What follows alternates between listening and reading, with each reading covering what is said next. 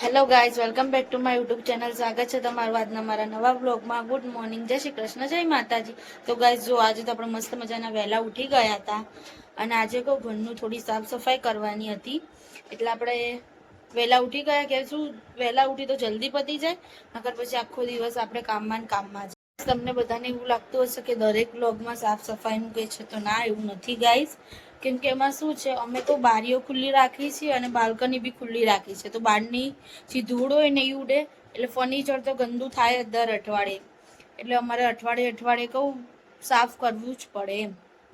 એટલે તો જો આપણે મસ્ત મજાનું ઘરનું બધું કામ પતાવી કાઢ્યું છે અને મસ્ત મજાના ફ્રેશ થઈ ગયા છીએ. અને ગાઈસ આજે તો સવારે 6 થી 10 મેં કામ કર્યું છે, થાકી ગયા છીએ આપણે, પણ કંઈ નહીં, બધું થઈ ગયું એટલે હવે આપણે શાંતિ. તો ચાલો હવે આપણે બ્રુનોને મળી કે બ્રુનો શું કરે છે. Bruno, good morning. તો ગાઈસ જો બ્રુનો બેઠો છે.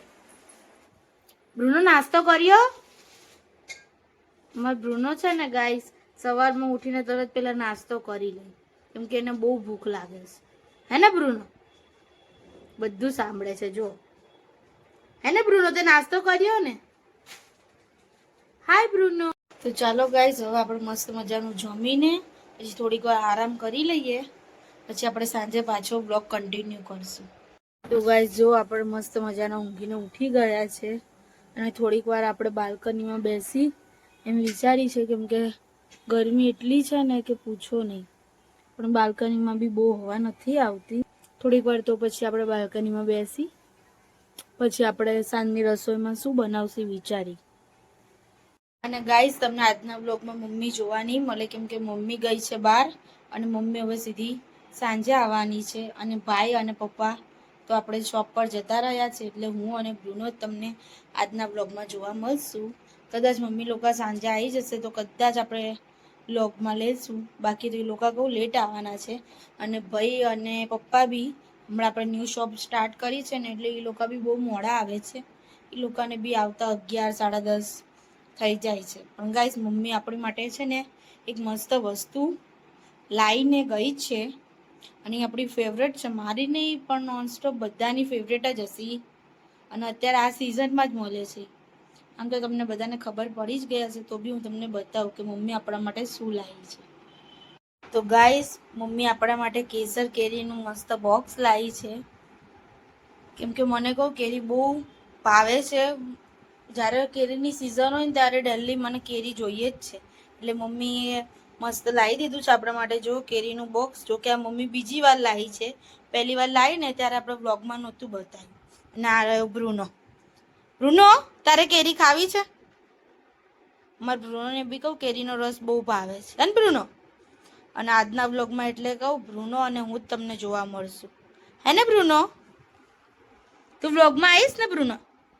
ચાલો ગાઈસ આપણે કેરીનું બોક્સ ખોલીને જઈએ. એમ તો કહો આપણે અડધી કેરી તો ખાઈ લીધી છે, આ તો કહું થોડીક એટલે થોડીક જ ગાધી છે, મમ્મી લાવી હતી પણ આપણાથી તો રહેવાય નહીં, એટલે આપણે થોડી ખાઈ લીધી છે અને થોડીનો રસ બનાવીને બી ફ્રીજમાં મૂકી દીધો છે કે ઠંડો થઈ જાય ને તો ખાવાની આપણને મજા આવે.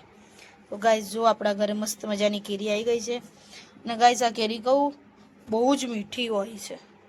તો ગાઈસ ફાઇનલી આપણે વિચારી લીધું છે કે આજે આપણે શું બનાવવાનું છે. તો ગાઈસ આજે આપણે બનાવવાનું છે મિક્સ વેજ સબ્જી, પણ રેસ્ટોરન્ટ સ્ટાઇલ, અને લચ્છા પરાઠા અને મસાલા પાપડ.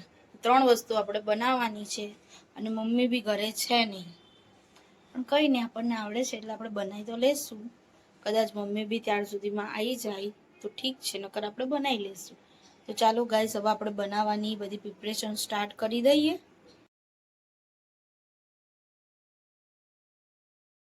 તો ગાઈસ જો આપણે કહું સબ્જીને થોડીક સાતરીને પછી પાછી બાઉલમાં નીકાળી દીધી છે. હવે આપણે એની ગ્રેવી બનાવવાની છે. તો ગાઈસ જો આપણી સબ્જીની મસ્ત મજાની ગ્રેવી બની ગઈ છે, એટલે ચડે છે જેને આપણે 5 મિનિટ સુધી કહું અને કૂક થવા દેશું.